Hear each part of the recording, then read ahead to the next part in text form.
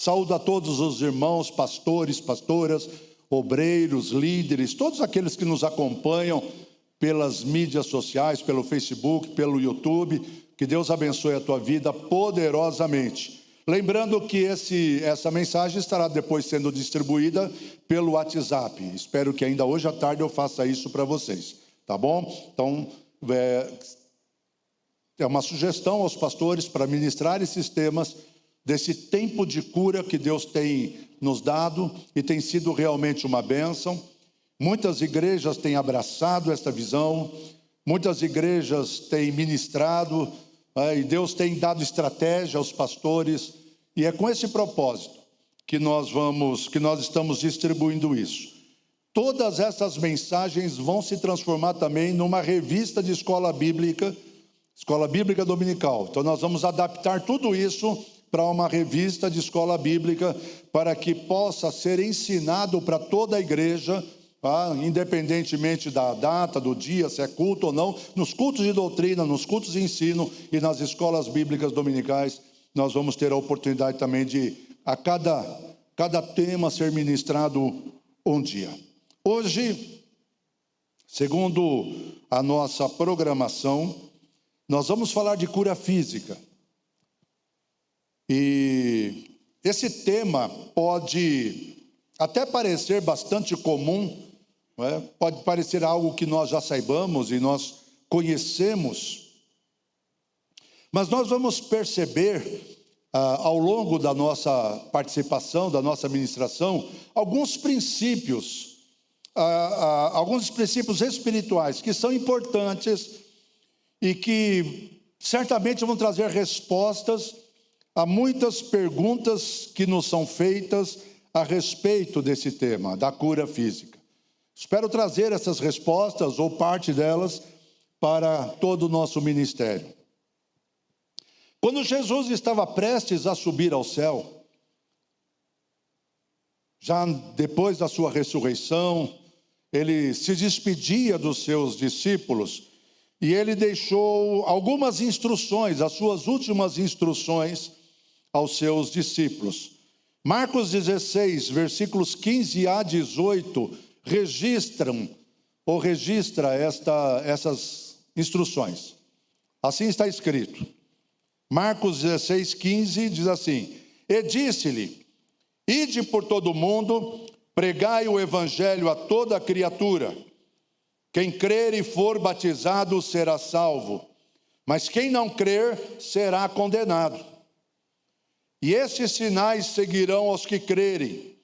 Em meu nome expulsarão os demônios, falarão novas línguas, pegarão nas serpentes, e se beberem alguma coisa mortífera, não lhes fará dano algum. E porão as mãos sobre os enfermos e sararão. O que nós vemos aqui?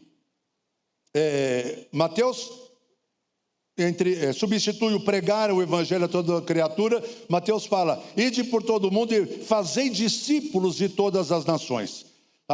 Ambos queriam dizer exatamente a mesma coisa. Então eu quero resumir aqui a missão da igreja em 5 pontos baseado nisso. Nós poderíamos falar muitas coisas acerca da missão da igreja, mas entre elas eu creio que nós podemos destacar como principais: primeiro, pregar o evangelho. É missão da igreja pregar o evangelho. É para isso que nós estamos aqui. Não há outra razão para a igreja ainda não ter sido levada, a não ser para que o evangelho seja pregado até os confins da terra. Deus vai continuar usando a igreja para esse propósito. Ele não tem outras pessoas, ele não tem outra estrutura que ele possa utilizar. Ele precisa usar a igreja para pregar o evangelho. E esse é o propósito, é o primeiro, talvez, a primeira missão da igreja. Segundo, discipular. Não apenas pregar o evangelho, mas ensinar a palavra, de maneira que as pessoas que aceitarem a Jesus possam ser fortalecidas na fé e permanecerem firmes até a volta do Senhor Jesus. Terceiro, batizar nas águas, levar as pessoas a assumirem a sua identidade cristã, testemunharem da sua fé publicamente, expulsar os demônios. A igreja tem a responsabilidade de ser um instrumento de libertação nessa terra. Deus usa a igreja para isso, para libertar pessoas, para libertar vidas, para transformar histórias. É um ministério que Deus colocou em nossas mãos. E também curar os enfermos. Orar pelas pessoas enfermas para que elas sejam curadas. Faz parte também da nossa missão. Se pregar o evangelho é missão da igreja, no mesmo mandamento, na mesma sequência, Jesus fala: porão as mãos sobre os enfermos e os curarão. Então a Bíblia nos mostra claramente que a cura física, a cura das enfermidades, tanto no Velho Testamento, que há muitos exemplos de cura no Velho Testamento, como no Novo Testamento, isso não é apenas uma promessa. Deus vai curar um dia. Não, isso não é apenas uma promessa, mas essa é uma realidade espiritual que precisa ser vivido pela igreja. Essa realidade, essa capacidade, esse poder, essa autoridade de curar as pessoas precisa ser exercida pela igreja. Não é apenas promessa, é realidade, é verdade, é um fato. Aleluia, que Deus nos dá. Agora, vamos entender qual é a relação, e precisamos também entender qual é a relação que existe entre a soberania de Deus e a nossa fé. É preciso que haja um equilíbrio aqui. O que significa a soberania de Deus? A soberania de Deus significa que Ele está no controle de tudo. A gente fala muito isso, Deus está no controle. Deus está no controle de todas as coisas. Mas nem sempre nós sabemos ou entendemos o que estamos falando, e nem sempre nós percebemos a grandiosidade espiritual dessa declaração. Deus é soberano sobre a vida e a morte, a doença e a cura. Deus está no controle também dessas coisas. Só que Deus age de acordo com os seus propósitos, e nem sempre nós entendemos esses propósitos. Isaías 55, versículos 8 e 9, mostram isso com bastante clareza quando diz: porque os meus pensamentos não são os vossos pensamentos, nem os vossos caminhos os meus caminhos, diz o Senhor. Porque assim como os céus são mais altos do que a terra, assim são os meus caminhos mais altos do que os vossos caminhos, e os meus pensamentos mais altos do que os vossos pensamentos. O que significa isso, essas palavras? Significa que os propósitos, os pensamentos, as intenções, a obra que Deus quer realizar, está muito acima da nossa capacidade de entender. Nós buscamos compreender a Deus, mas Deus é infinito em todos os sentidos, não só na sua existência eterna. Deus é infinito também em sabedoria, Deus é infinito em poder, Deus é infinito em graça, Deus é infinito em propósitos. Então, quando nós falamos da soberania de Deus, nós temos que entender que nós podemos até tentar fazer isso, mas vai chegar um momento em que nós vamos parar e não vamos conseguir avançar nesta compreensão de quem é Deus. Eu falo sempre que nós vamos precisar da eternidade para conhecer Deus como Ele é. Eu acho que quanto mais tempo passar, se bem que na eternidade o tempo não passa, né? O tempo deixa de existir, mas acho que toda a eternidade vai ser necessária para nós conhecermos Deus. E quanto mais o conhecermos, com certeza nós teremos mais coisas para conhecer desse Deus. Quem tem esse privilégio, senão os cristãos? Quem tem esse privilégio, senão aqueles que aceitaram Jesus como seu Salvador? De ter essa esperança, de ter a certeza. A Bíblia diz que os deuses desse mundo têm boca, mas não falam, têm olhos, mas não veem, têm mãos, mas não apalpam, têm pés, mas não andam. E o nosso Deus é o Criador de todas as coisas, e Ele é eterno, Ele é soberano, Ele é maravilhoso, Ele é poderoso, aleluia. Então nós precisamos entender isso. E Deus não consulta ninguém para agir. Deus não precisa da nossa orientação nem do nosso conselho. Deus não chega para nós e pergunta se pode fazer alguma coisa. Não pergunta. Nós é que devemos perguntar para Deus se podemos fazer ou não alguma coisa.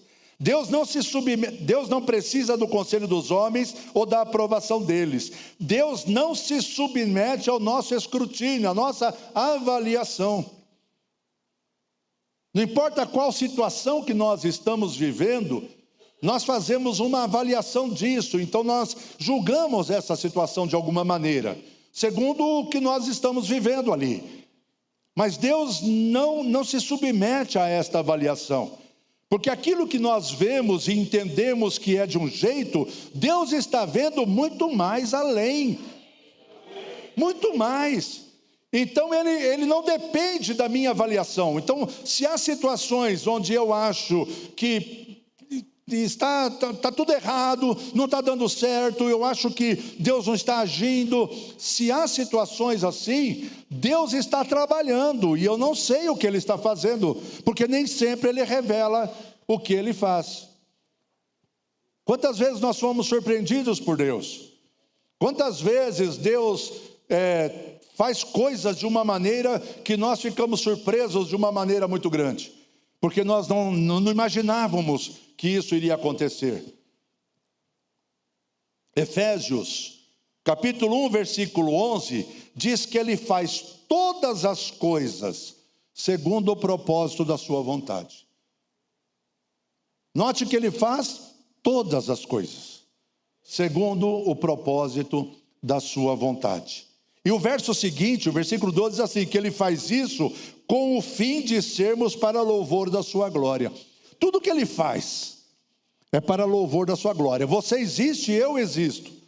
A igreja existe para louvor da glória do seu nome. Aleluia. É para isso que nós estamos aqui, para que através das nossas vidas o nome dEle seja glorificado. Através das nossas vidas o nome dEle seja exaltado. Tudo que Ele faz segundo os seus propósitos, segundo o propósito da sua vontade. E Romanos 12, 2 nos diz que essa vontade é boa, perfeita e agradável. Olha que coisa linda. A vontade de Deus, mesmo que eu não a conheça, mesmo que eu não a compreenda, ela é boa, ela é perfeita e ela é agradável. Aleluia, louvado seja Deus. E é aqui que entra a questão da fé. Então isso é soberania de Deus, rapidamente explicada. E aqui tem que entrar a fé. O grande problema que eu vejo é que nós focamos a fé naquilo que Deus pode fazer e não naquilo que Deus é. Nós buscamos a Deus por aquilo que Ele pode fazer. E nem sempre a nossa fé é firmada naquilo que Deus é. O que significa isso? Quando Ele não faz o que eu espero que Ele faça, eu me decepciono com Ele. Quantas pessoas deixaram a presença de Deus, porque Deus não fez o que ela queria que Ele fizesse? Quantas pessoas saíram da igreja, saíram dos caminhos do Senhor, porque dizem que ficaram decepcionadas com Deus, porque elas pediram, elas clamaram, elas oraram, e Deus não fez do jeito que elas achavam que Deus ia fazer. Queridos, nunca é quem Deus é que nos abala, nunca. Nós não ficamos abalados nunca por aquilo que Deus é, por quem Deus é, mas ficamos abalados quando Ele não age conforme nós esperamos que Ele haja. Isso abala a fé, tira a esperança. Por quê? Porque nós não estamos depositando a nossa fé na imutabilidade, na onipresença, na onipotência, na onisciência de Deus, no amor de Deus, em todos os atributos morais, espirituais, exclusivos de Deus. A nossa fé tem que estar firmada na pessoa de Deus, e não naquilo que Deus faz. Aleluia. Porque o que Deus escolhe fazer nem sempre faz sentido para nós. Nem sempre se encaixa na nossa maneira de pensar. A nossa mente nem sempre entende as direções espirituais que recebemos de Deus. Porque os pensamentos dele realmente estão acima dos nossos. Mas se nós tivermos a plena certeza, a plena convicção de que todos os caminhos de Deus são retos, os caminhos de Deus são certos, se nós desenvolvermos no nosso coração essa certeza absoluta, tudo que Deus faz é bom, tudo que Ele faz está certo, mesmo que eu não entenda, mesmo que eu não veja, mesmo que não é no meu tempo, se eu ajo desta maneira, então isso é fé.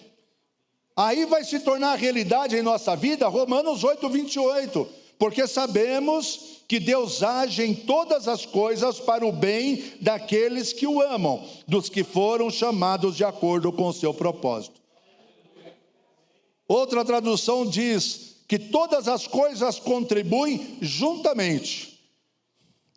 Como nós não temos uma visão clara do todo, nós sofremos pelo detalhe. Está acontecendo isso, essa enfermidade está acontecendo na minha vida. E eu sofro por causa disso, porque eu não consigo ver o todo. Mas quando a minha fé em Deus ela é correta, eu consigo descansar mesmo na dificuldade ou na enfermidade. Porque eu falo, eu sei que de alguma maneira isso vai acabar resultando em bênção para a minha vida. Deus vai transformar isso, porque Deus transforma a derrota em vitória. Deus transforma o problema em solução. Amém? Deus transforma a doença em cura. Deus pode fazer todas essas coisas. Então fé é saber que se Deus fizer, Ele é Deus. E se Ele não fizer, Ele continua sendo Deus. Cante comigo esse louvor. Minha fé não está firmada nas coisas que podes fazer. Eu aprendi a te adorar pelo que és.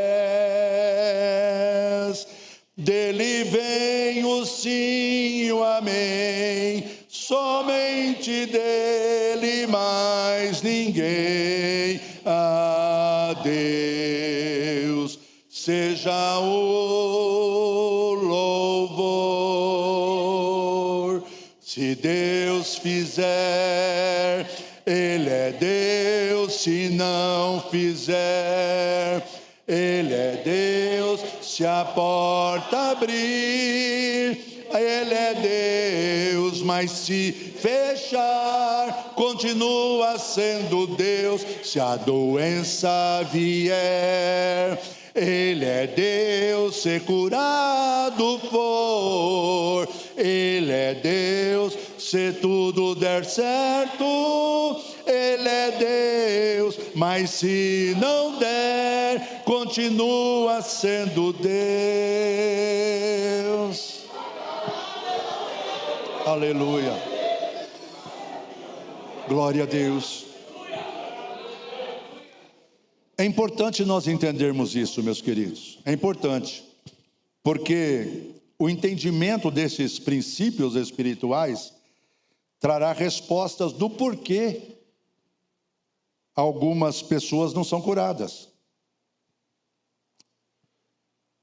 Billy Graham, todo mundo já ouviu falar dele, já está na glória, maior evangelista de todos os tempos modernos, escreveu a esse respeito o seguinte: eu não sei a razão de Deus restaurar a saúde de algumas pessoas e não a de outras.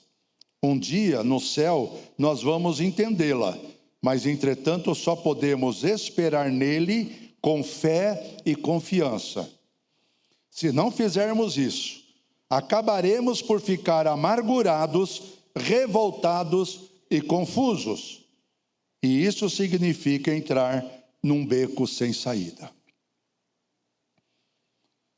Bom, se Billy Graham não sabia a razão porque algumas pessoas são curadas e outras não, imagina o pastor Leonardo.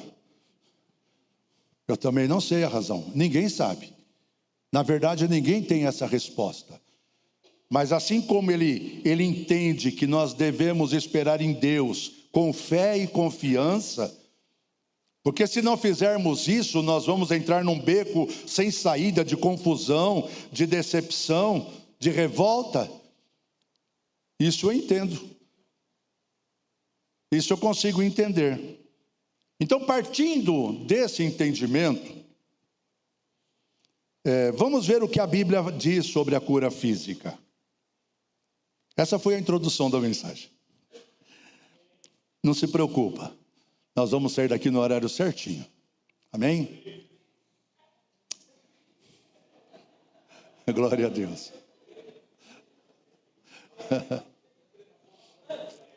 Aleluia.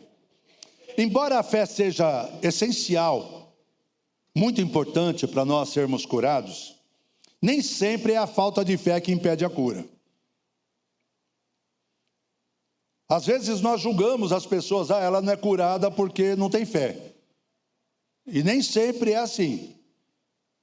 Nós já vimos agora a questão da soberania de Deus, que já traz uma resposta para essa questão. Mas existem alguns fatores, existem algumas circunstâncias, alguns comportamentos que podem impedir alguém de ser curado. Por exemplo, o primeiro deles que eu quero mencionar aqui, a falta de perdão. A falta de perdão causam estresse, emoções e tristezas crônicas, coloca o nosso corpo num estado de alerta constante e causa desgaste, perda de energia, angústia nos nossos corações. E como consequência de tudo isso, vem doenças emocionais, vem problemas cardiovasculares, vem doenças imunológicas, câncer e outras condições físicas. O perdão, sobre o qual nós já ministramos aqui, a cura da falta de perdão, é tão importante, irmãos, porque nos liberta, nos livra de um peso emocional tremendo. E o nosso corpo, ele somatiza, ele absorve todo o peso desta carga emocional. E o nosso corpo começa a sofrer em consequência disso. Por exemplo, na maioria das vezes, quem tem problemas gástricos é causado por problemas de ansiedade, de nervosismo, de estresse, de preocupação. Quer dizer, a coisa está aqui, o problema está aqui, mas a consequência aparece aqui no ventre. Por quê? Porque o nosso corpo, ele é um só. E tudo o que acontece com qualquer parte do corpo, acontece com todo o corpo. É por isso que Jesus compara a igreja a um corpo e diz, quando um membro sofre, o corpo todo padece com ele. Porque as consequências são inevitáveis sobre o nosso corpo. Então, falta de perdão é um dos motivos pelos quais as pessoas não conseguem ser curadas. Elas recebem oração, elas pedem oração, mas elas não perdoam. E como isso, a fonte do problema não é tirada. Segunda coisa que eu registrei aqui, não registrei todas, mas algumas, comportamentos pecaminosos. Mas será que tem crente que tem comportamento pecaminoso? Claro que tem. Coisas erradas que a gente faz às vezes e que se tornam hábitos frequentes. Eu vou citar os mais extremos aqui, por exemplo, vícios, impureza sexual, a gula, a embriaguez, a bebedice,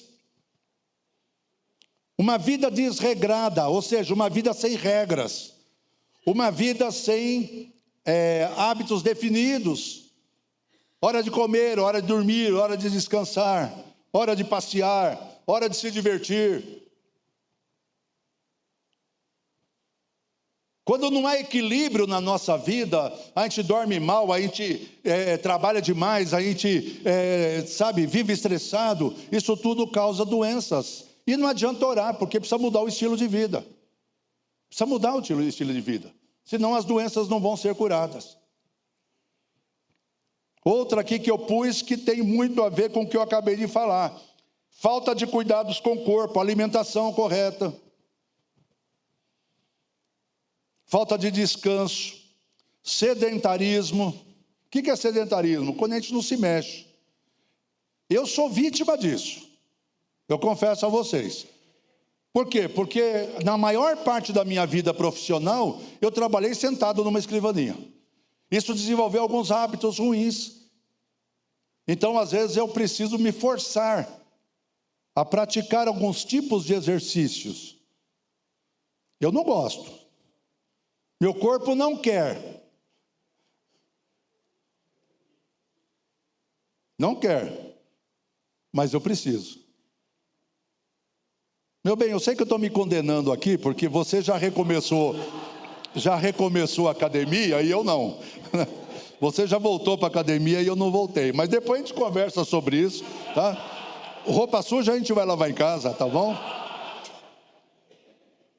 Falta de higiene. Visitar o médico com regularidade. As pessoas não se cuidam. Tem gente que tem medo de ir ao médico porque não quer descobrir se tem doença. É incrível isso. Tem gente que não vai ao médico porque tem medo de saber que está doente. Principalmente quando o problema, por exemplo, a mulher aparece um caroço no seio e ela fica protelando a ir ao médico porque ela tem medo de descobrir que ela tem câncer. Quando a urgência na visita ao médico pode ser a resposta e ela não precisa ter nenhuma consequência maior. Há 6 anos atrás eu fui fazer uma consulta médica, a médica perguntou há quanto tempo eu não fazia uma colonoscopia, e eu falei, eu nunca fiz. Eu tenho 72 anos, então foi com 66 anos, isso. Ela falou, mas você nunca fez? Nunca um médico pediu isso para mim. Ela falou, mas já devia ter feito, então vamos fazer. Fiz a colonoscopia, identificamos um tumor no intestino, mas ele era tão pequeno que foi tirado, não precisei fazer quimioterapia, não precisei fazer radioterapia, não tive que fazer nada. Só a cirurgia resolveu o problema. Então, às vezes, a visita ao médico nos ajuda a prevenir o nosso corpo, porque eles vão ter orientações que vão não apenas tratar doenças, mas vão evitar doenças. Então, falta de cuidados com o corpo. Quarto lugar aqui eu pus ressentimentos, mágoas e feridas emocionais não tratadas. Já ministramos sobre isso também. Mas note como isso é importante e alcança a nossa vida de uma forma integral. Então, sentimentos como ressentimentos, mágoa profunda, outros bloqueios podem impedir uma pessoa a receber a cura. É aquilo que eu falei da somatização, é aquilo que eu falei das consequências, essas amarguras, né? Principalmente se a pessoa não busca, nem se permite perdoar. Essa pessoa está se afastando da cura espiritual e da cura física. Ela não vai ser curada espiritualmente porque ela alimenta isso, essa mágoa, esse ódio que tem às vezes de alguém. Eu conheci pessoas que diziam ter ódio. Declaravam, não, eu tenho um ódio dessa pessoa. Eu, supostamente um servo de Deus, supostamente era um pastor. Ele não está no nosso ministério, mas conheci. Então essa pessoa vive remoendo dentro de si emoções prejudiciais à sua saúde. E não adianta tomar remédio. Lembra da história da gastrite? Não adianta tomar remédio para gastrite se você não parar de ter esses problemas na sua cabeça. Porque a gente vai tomar remédio para gastrite a vida toda. Então precisa ser tratado. E poderíamos mencionar outros, mas eu quero mencionar também alguns, mencionar um, que é a opressão ou possessão maligna. Não é o nosso caso, não é o caso do cristão, pelo menos no caso de possessão, mas o cristão pode ser oprimido, nós não podemos ficar possessos. O inimigo não tem o poder de nos possuir, a não ser que nós abramos brecha e deixemos ele entrar. Mas o inimigo pode nos oprimir. Ele nos oprime com circunstâncias, através de pessoas, através de situações. Ele procura trazer sentimentos ruins no nosso coração. Mas há casos na Bíblia onde diz que a pessoa estava doente porque tinha um espírito, um demônio, um espírito imundo. Por exemplo, lá em Lucas 13, 11 a 17, quando Jesus liberta aquela mulher encurvada há 18 anos, lá diz que ela estava presa por um espírito maligno. E Jesus expulsou o espírito, o demônio, e a mulher se endireitou.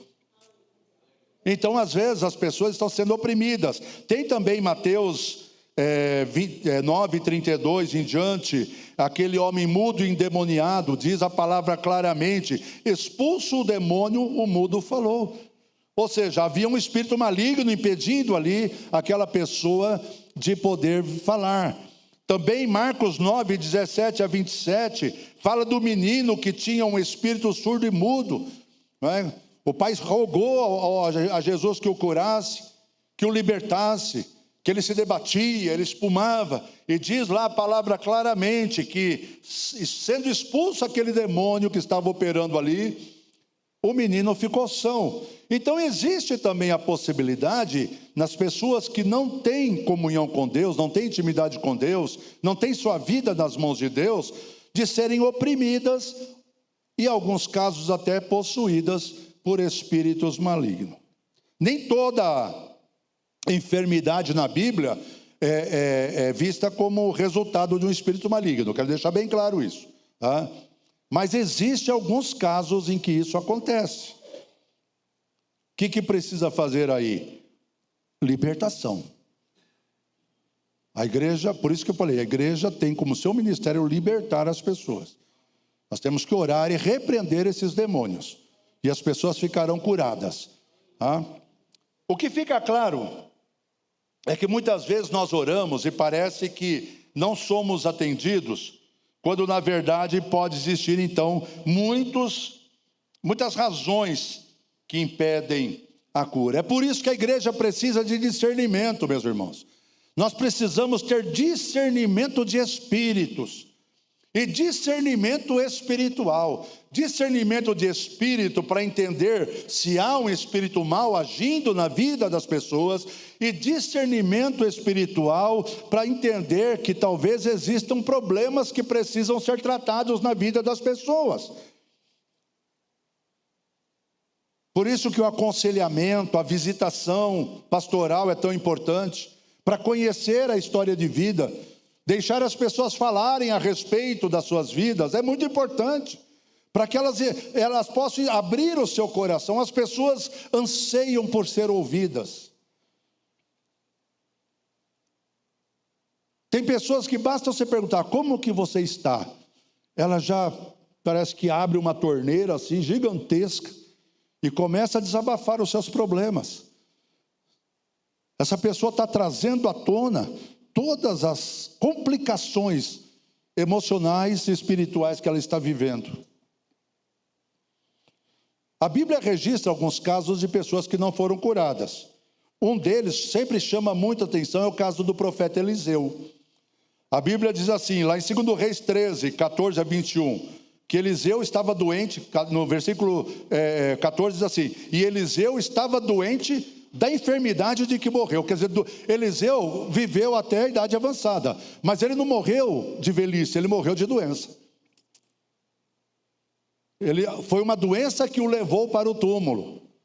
É claro que existe a doença chamada morte, que leva todas as pessoas para o túmulo, mas não é essa a doença mencionada aqui.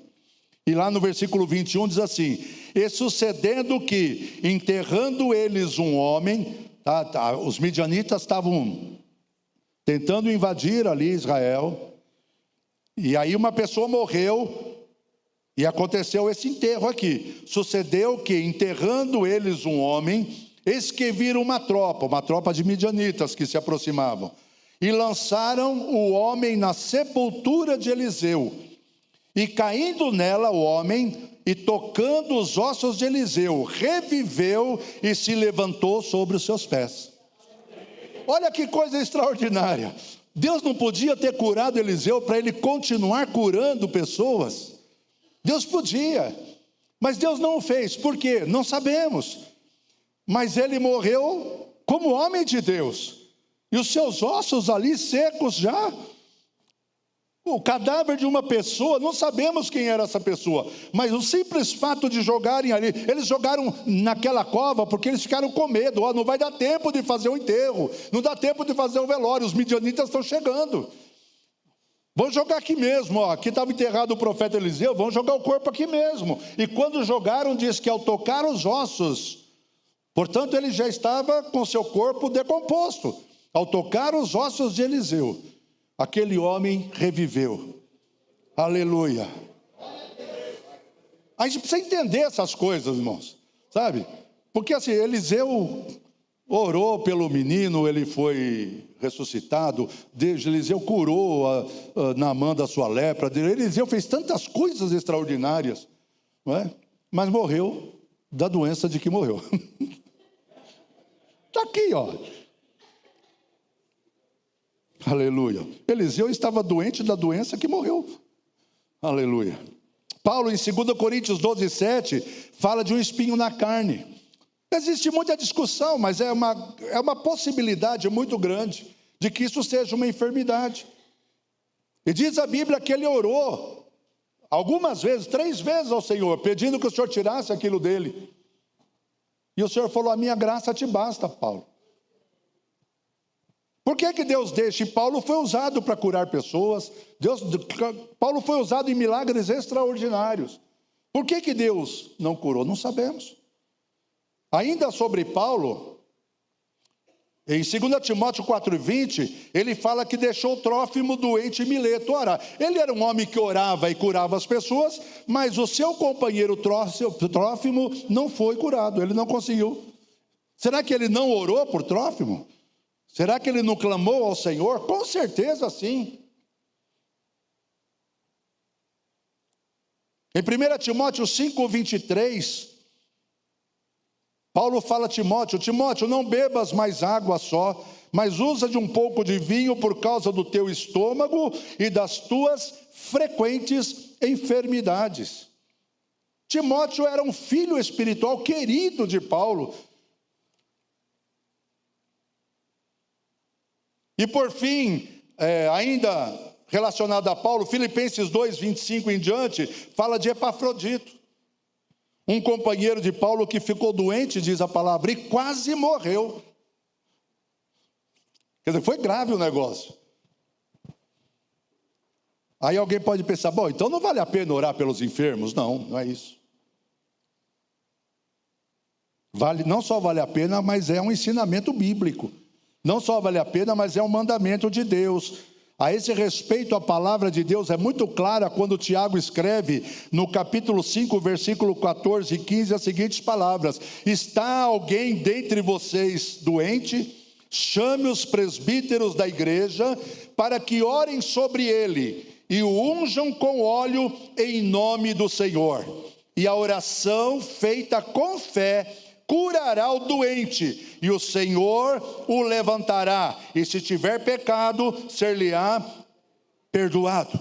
E o versículo 16 ele diz: orai uns pelos outros para que sareis.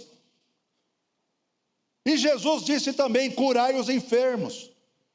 Eu acho interessante que Cristo ainda colocou no imperativo. Não fica pedindo para o meu pai curar, cura. Vai lá e cura, exerça a tua autoridade, exerça o poder que eu te dei. Vai lá e impõe as mãos e cure. É uma ordem do Senhor: curai os enfermos, expulsai os demônios.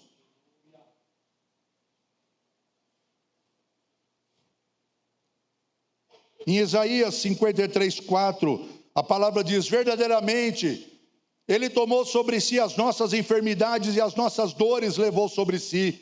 e nós o reputamos por aflito, ferido de Deus e oprimido. Então nós vemos nessas passagens que existe esperança para a cura. Existe esperança para sermos sarados. O fato de nós não entendermos porque isso não acontece com algumas pessoas, não deve roubar do nosso coração a esperança de sermos curados.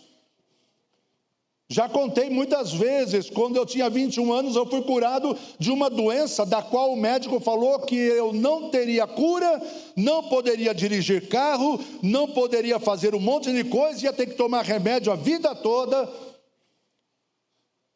E num só dia, numa só tarde, Deus me curou. O médico falou: você vai sofrer com isso a vida toda. Você vai ter crises, vai ter convulsões, vai ter que tomar remédio muito forte. O que nós precisamos entender é que Deus tem propósitos para a nossa vida. E não é a palavra do médico que é definitiva. O médico pode identificar através dos seus exames, através da sua anamnese, a sua avaliação, quais são os problemas que nós temos. Mas a palavra de cura vem da boca do Senhor. Porque não importa se ele vai usar o médico ou se ele vai usar o pastor, o obreiro ou o irmão para curar, mas ele cura. Ele cura, aleluia.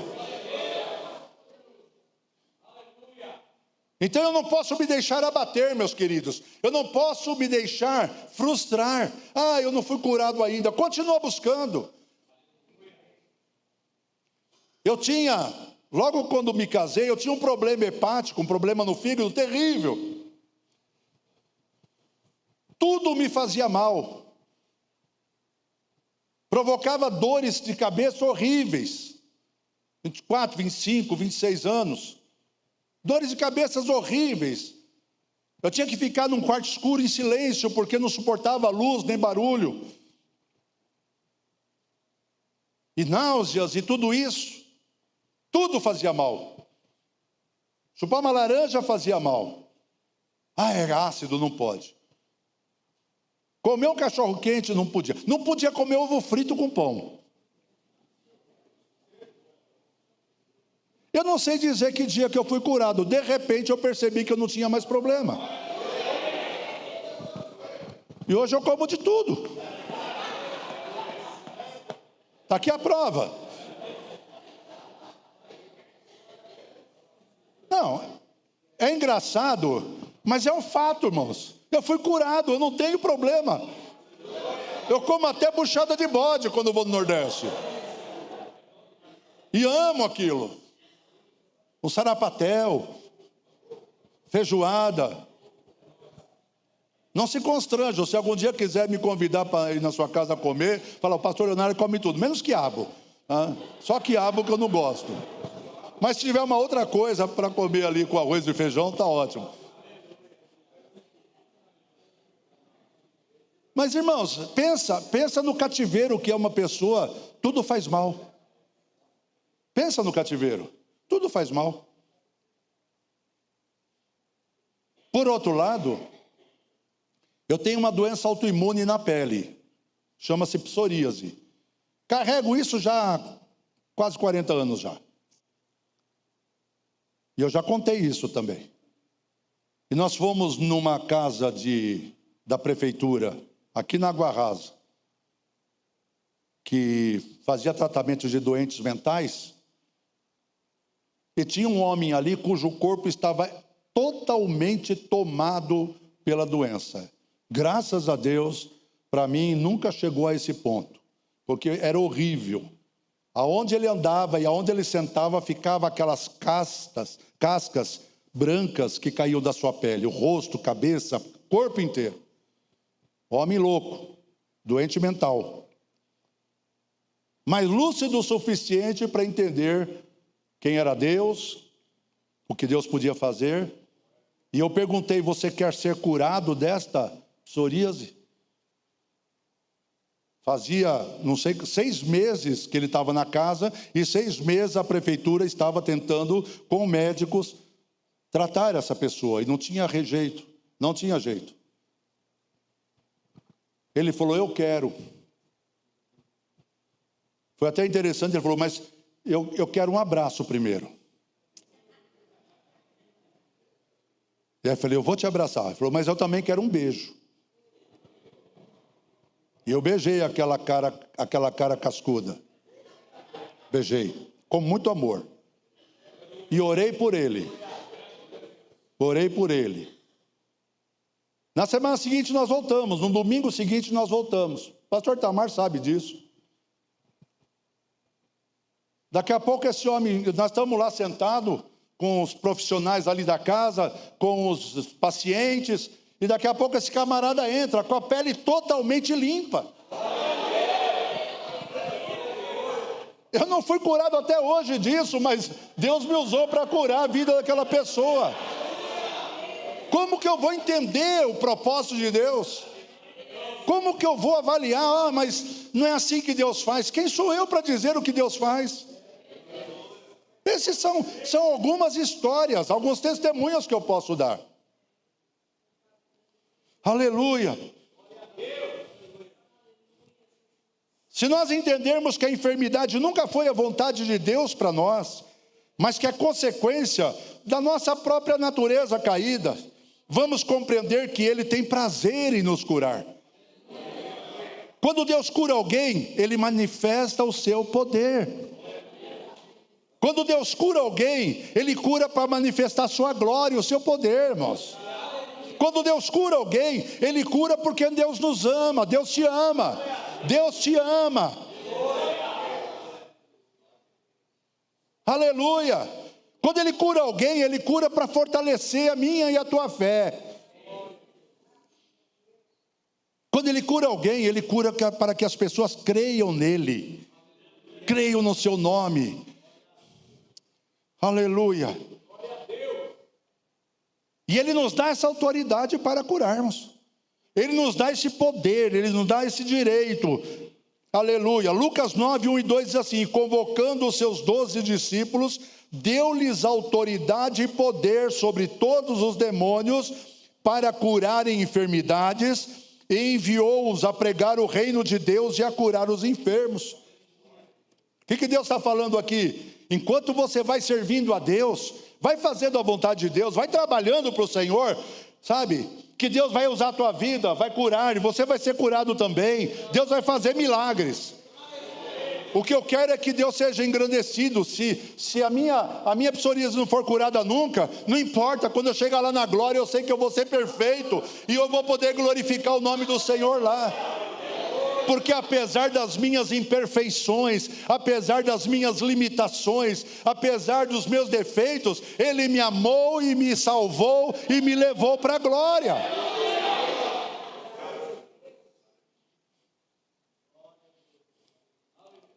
Às vezes a impressão que dá é que a igreja não sabe que tem esse poder, essa autoridade.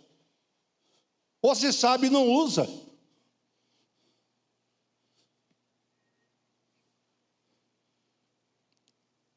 Eu tinha 19 anos.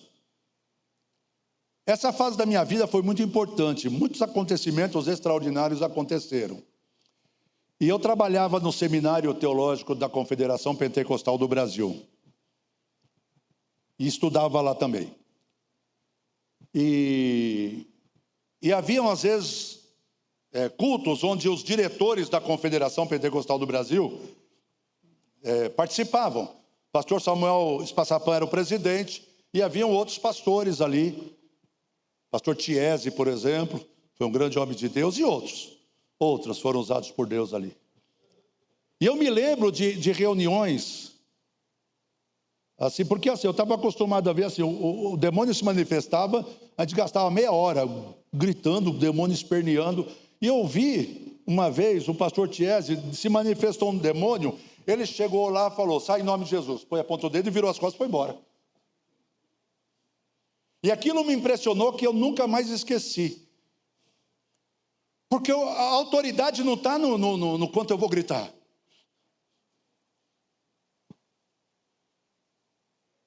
Não é se eu vou pegar a Bíblia e bater na cabeça do endemoniado. Não é aí que está a minha autoridade. Ele encostou o dedo, mano. Ele veio assim, como cutucou para ver se a água estava quente. sai em nome de Jesus, virou as costas e já foi orar pelas outras pessoas. E aquela pessoa imediatamente ficou liberta, ficou em pé. E eu pude entender ali esse princípio espiritual da autoridade e do poder espiritual que Deus nos dá. Então, talvez a igreja tenha perdido isso. Será que é falta de fé? Será que é falta de unção? Porque sem unção nós não vamos conseguir fazer nada. Quando Deus pergunta para o profeta lá no Vale de Ossos Secos, porventura poderão viver esses ossos? O profeta teve um momento de dúvida. Ele falou, é como se ele dissesse, dentro da minha perspectiva humana, não. Mas ele disse, Senhor, é o Senhor que sabe, é o Senhor que tem a resposta. Aí o que Deus manda ele fazer? Então profetiza sobre os ossos. Quer dizer, a dúvida às vezes pode entrar. A falta de perspectiva pode existir. Eu não consigo ver saída. Mas Deus fala, então profetiza. Então ora, impõe as mãos. Impõe as mãos. E os milagres vão acontecer.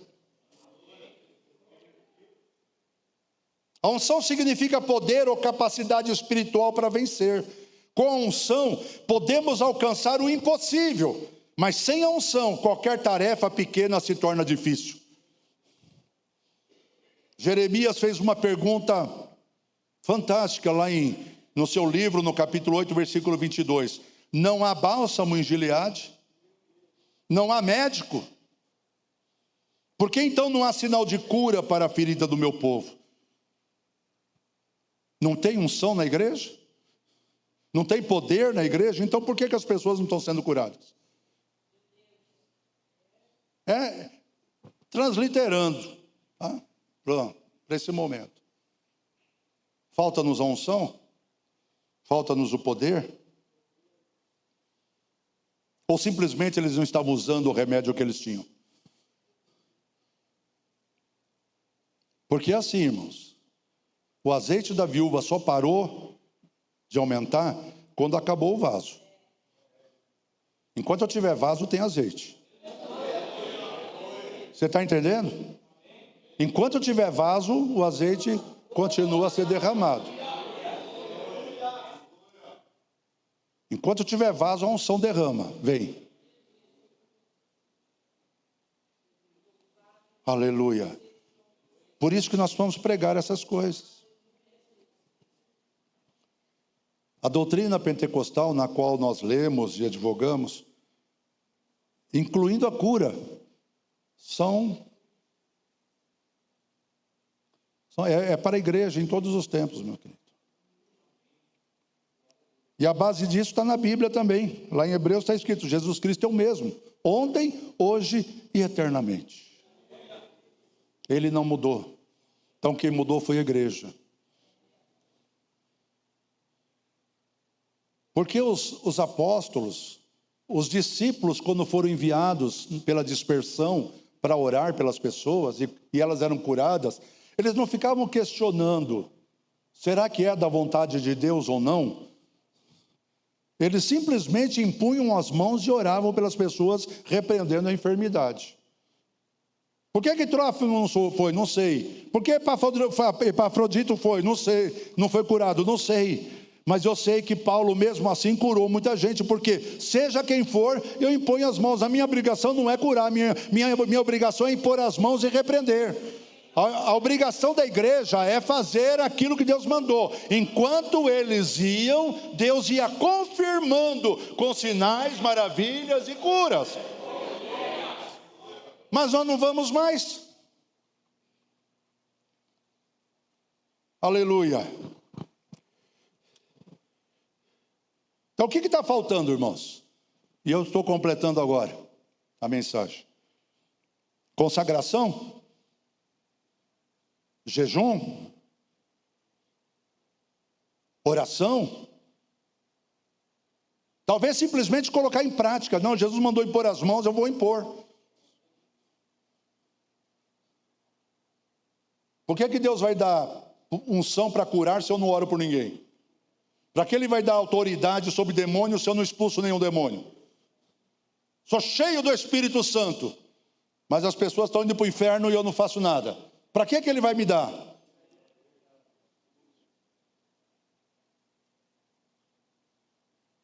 Então, se Deus faz tudo com propósito, o próprio batismo no Espírito Santo foi dado com propósito. Vai por todo mundo, prega o evangelho, cura os enfermos, expulsa os demônios, batiza, discipula, mas espera o poder. E aí ele fala, fica em Jerusalém até ser revestido de poder. E então ser-me-eis testemunhas em todo mundo. Ou seja, você vai ter que fazer, mas vai revestido do meu poder, da minha autoridade.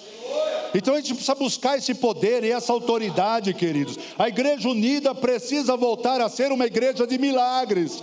A Igreja Unida precisa voltar a ser uma igreja que prega e vê manifestações sobrenaturais do Espírito Santo. A Igreja Unida precisa pregar sobre batismo no Espírito Santo. É uma raridade nos dias de hoje.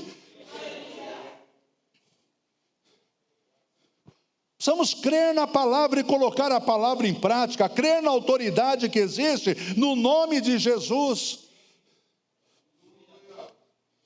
Davi chegou para o gigante, você vem contra mim com arma, com lança, com escudo, eu vou contra ti com uma arma só.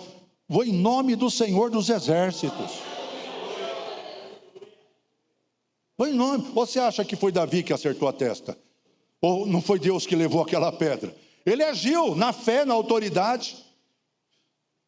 E Deus fez com que ele acertasse a cabeça do gigante. O gigante caiu por terra. Ele foi lá, cortou a cabeça do gigante com a espada do próprio gigante. Porque quando nós exercemos a nossa autoridade, o inimigo é destruído por suas próprias armas. Aconteceu lá com Josafá, quando os do monte de Seir, os amonitas, aqueles 3 povos se uniram contra o povo de Deus.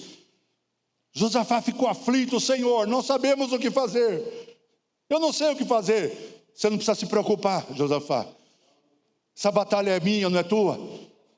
E ele ordenou que os músicos, que os cantores fossem na frente. Vai adorando, vamos adorando a Deus. E enquanto eles iam adorando, Deus pôs uma confusão lá. E os de Monte Seir foram contra os midianitas, os amonitas. Foram um contra o outro. Um ajudou a matar o outro. Porque quando a gente está na unção de Deus, o inimigo é derrotado pelas suas próprias armas.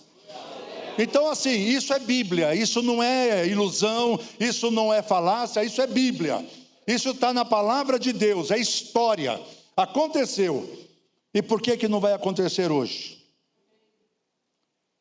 Então eu quero encerrar agora, irmãos, como sempre faço, orando. Eu quero encerrar orando.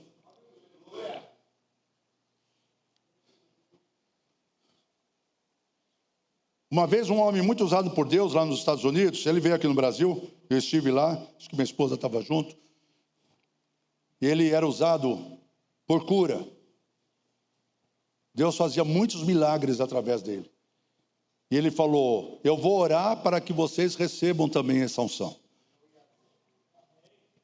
Como era uma concentração muito grande, eu não sei como que foi o resultado ali na vida daquelas pessoas. Mas ele orou para que Deus pusesse na vida daquelas pessoas que quisessem um pouco desse poder e dessa unção que ele tinha. A unção não era dele. O poder não era dele. O poder era de Deus. A cura é sempre de Deus. Mas a unção para repreender a enfermidade, Deus dá para nós. Vamos ficar de pé, irmãos?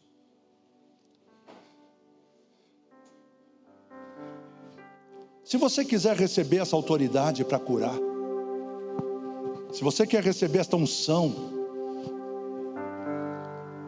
um desafio para todos nós aqui. Eu quero. Vem aqui à frente. Eu quero esta unção para pôr as mãos sobre os enfermos e eles serem curados. Não faz mal, não precisa ser pastor, membro, não importa qual é a tua função no corpo, simplesmente, se você deseja isso, vem aqui na frente. Glória a Deus.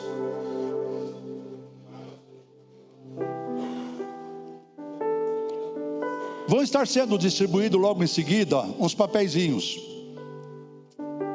para todos vocês, todos estão aqui, os que estão nos lugares. Vão ser distribuídos uns papéis para fazerem pedidos de oração. Há uma urna aqui preparada.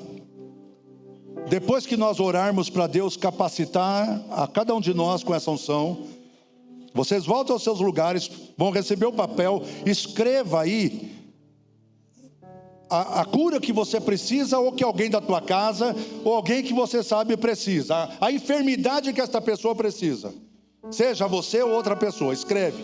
E depois nós vamos trazer aqui nesta urna, e eu vou chamar alguns de vocês que estão aqui na frente agora, para vir orar, porque é assim que a coisa funciona. Nós clamamos e colocamos em prática.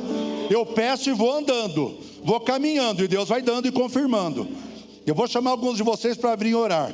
Depois nós vamos lacrar essa urna, e nós vamos orar, a diretoria da convenção vai orar por esses pedidos de oração até a próxima reunião. Um mês nós vamos orar por eles, para que Deus faça o milagre da cura na vida de todas as pessoas cujo nome estiverem aqui. Eu creio no poder da oração, eu creio que Cristo cura hoje, eu creio que Deus cura hoje, eu creio que esta unção está disponível para nós, eu creio que Ele quer dar a cada um de nós esse poder e essa autoridade. Aleluia! Então fecha os teus olhos e começa a clamar. Enquanto o ministério de adoração vai louvando ao Senhor, nós vamos nessa esfera de adoração, nós vamos clamando: Senhor, usa a minha vida, Senhor. Eu quero ter essa autoridade, eu quero confiar na Tua palavra, eu quero crer no Teu poder, aleluia. Senhor nosso Deus, Pai eterno, louvado seja o Teu nome, Senhor. Em nome do Senhor Jesus, ó Pai, nós nos colocamos diante de Ti, cada um de nós, ó Pai, eu entre eles, nos colocamos diante de Ti agora, nesta manhã. Pai, a Tua palavra nos ensina, Pai, que nós devemos curar os enfermos, mas falta-nos esta unção, falta-nos esta autoridade. Talvez esteja escondida no nosso coração, talvez nós guardamos isso que recebemos, enterramos esse dom, talvez enterramos esse talento, mas queremos nesta manhã desenterrá-lo, queremos colocar em prática esse mandamento, queremos colocar em prática a Tua palavra, queremos obedecer o mandamento do Senhor Jesus Cristo. Pai, trabalha na nossa mente, para que fortalezas de dúvida, para que fortalezas de medo caiam por terra agora em nome de Jesus. Tudo que Satanás levanta para despertar incredulidade, caia por terra agora em nome de Jesus. Prisões do medo, prisões da incredulidade, prisão da falta de fé, quebre-se agora em nome de Jesus. Aleluia. Para baixar a baçara malacanderei balamassuricaia, rianda labaxeria labassara malassurica labastéria, riandelei maracha labassuricanda labas. Aleluia, aleluia, labalaçaia labaxeria. Deus, confirma sobre os Teus servos, aqueles que talvez estejam nos acompanhando em oração também, em outros lugares, dizendo: Senhor, eu quero ter esse poder, eu quero ter essa autoridade. Oh Deus, abre a janela do céu sobre a Igreja Unida, abre a janela do céu sobre nós, ó Pai. Aleluia. Como sacerdote da Tua igreja, eu abençoo os Teus servos. Ó Deus amado, eu ministro a Tua unção sobre eles, ó Pai. Que se confirme a Tua palavra nessas vidas, que confirme-se na vida deles o Teu poder e a Tua unção. E anderei carabaxaramalassuriabás, landaramassudandalamaxericandalabaia. Em nome de Jesus, caiam por terra todas as barreiras, caiam por terra todas as barreiras agora. O Espírito Santo nos liberta. O Espírito Santo nos liberta para podermos fazer a obra de Deus. O Espírito Santo nos liberta para fazermos a obra de Deus. Aleluia. Em nome do Senhor Jesus. Toma posse dessa autoridade. Não duvide, mas creia. Pastor, o que eu devo fazer agora? Começa a orar pelas pessoas.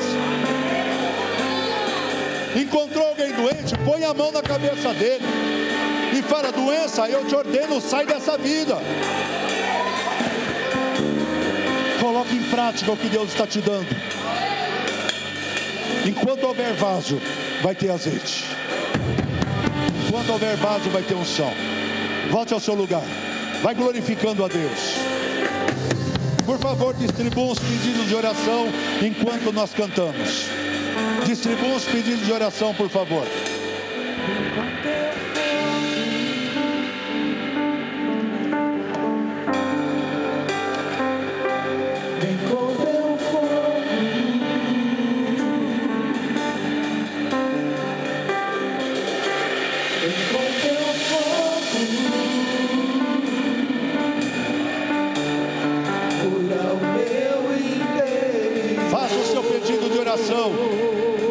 Por você ou por outra pessoa, não importa.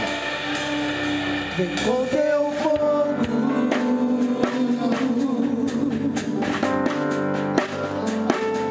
vem com teu fogo,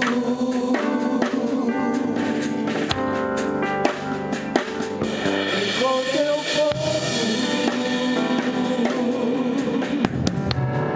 cura o meu interior.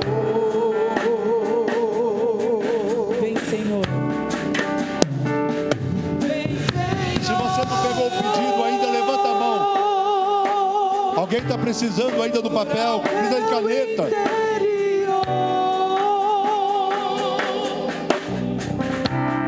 Vem, Senhor. Vem, Senhor. Cura o meu interior. Para falar.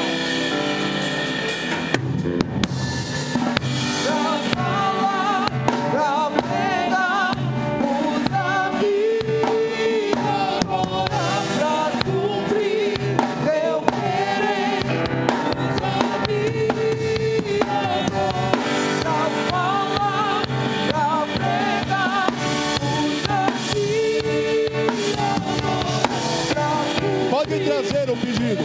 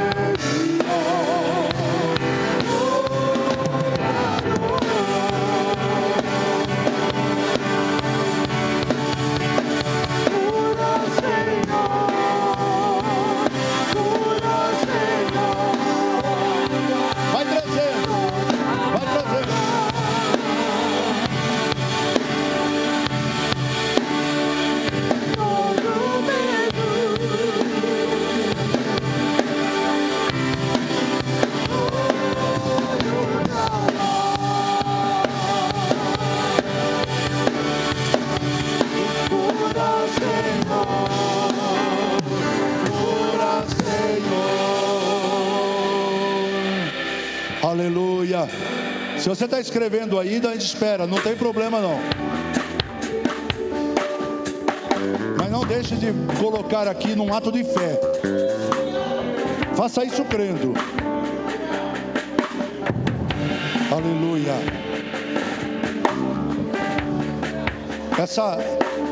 Essa urna foi comprada exclusivamente para esse momento. Ela nunca foi usada antes. Vai ser a urna da tua bênção, a urna da cura, a urna da resposta de Deus. Nós vamos fechar. Tem um cadeado, está aqui. Tem gente chegando ainda. Tem mais alguém ainda que está escrevendo? Aqui está o louvor. Traz. Glória a Deus.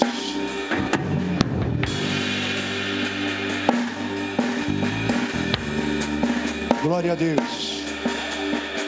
Tem mais gente chegando aí.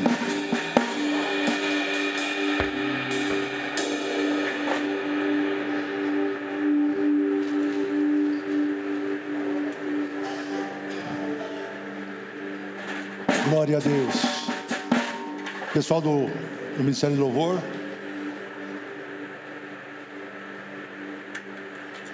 Glória a Deus. Ontem no final da tarde, eu já tinha me preparado para a mensagem, mas eu estava inquieto. Minha esposa é testemunha disso. Ela falou, está tudo bem com a mensagem? Eu falei, tá mais ou menos. Estou inquieto. Aí nós viemos para cá para o ensaio do coral. E quando voltamos para casa, eu falei, eu vou me trancar lá de novo e vou tratar desse assunto com Deus. E Deus me deu a orientação de fazer essas coisas. Eu creio muito na direção de Deus. Eu creio muito no poder de Deus. Eu sou resposta disso. Acabou? Tem mais alguém escrevendo? Muito bem. Tem mais aí. Tá, pode trancar porque tem abertura aqui em cima para colocar, não tem problema não. Tem um lugar aqui onde as pessoas podem colocar. Eu quero que 5 pessoas que estiveram aqui na frente buscando unção de cura venham para cá agora. Quem são os voluntários?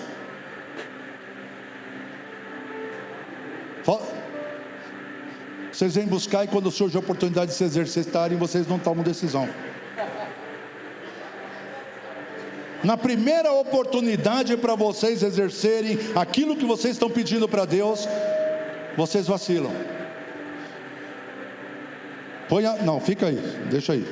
Ela está fazendo ali. Vocês vão colocar as mãos sobre essa urna aqui. E nós vamos orar junto com eles. Tem mais alguém que está escrevendo? Eu não vou chamar todo mundo para vir na frente, que não vai caber. Vocês vão acabar pondo a mão um no outro aqui. Amém? Fique de pé, por favor, e nós vamos encerrar o culto com esta oração. Aleluia. Levanta a tua mão para cá também. Exerçam a autoridade que vocês pediram para o Senhor. Deus coloca em tuas mãos a oportunidade de curar essas pessoas agora. Em nome de Jesus, a tua igreja, Senhor, ora agora em favor das vidas cujos nomes estão aqui registrados. Nós cremos no teu poder e já exercemos, Senhor, a autoridade que nós viemos buscar diante de ti. Cumpre, Senhor, a tua palavra e faz coisa nova aqui. Nós repreendemos a enfermidade e ordenamos que saia agora qualquer tipo de enfermidade. Sai agora em nome do Senhor Jesus. Sejam curados, sejam libertos, fiquem limpos de toda doença. Harashala basara candelei balabashuriaba. Rabalasandara malasuri catalabashai. Neasuri andelei malasuri candalabasu. Aleluia. Todo mal, não importa a origem, não importa a causa, Senhor, entra com cura. Trabalha na causa, Senhor. Trabalha na causa, para que essas pessoas não fiquem mais doentes. Em nome de Jesus, nós oramos. Aleluia. E declaramos cura sobre estas vidas, para a glória do Senhor. Amém, Jesus. Amém. Aplauda o Senhor. Vamos encerrar. Aleluia.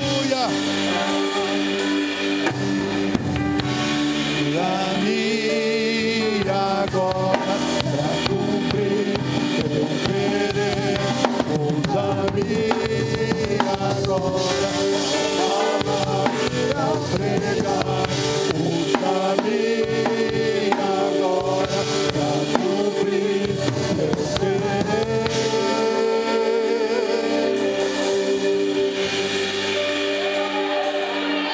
Glória a Deus.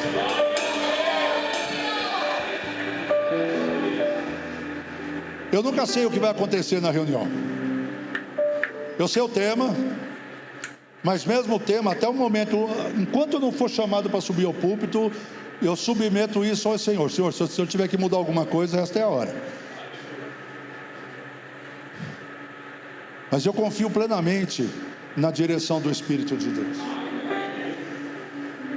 Nós vamos ver resultados extraordinários dessa ministração.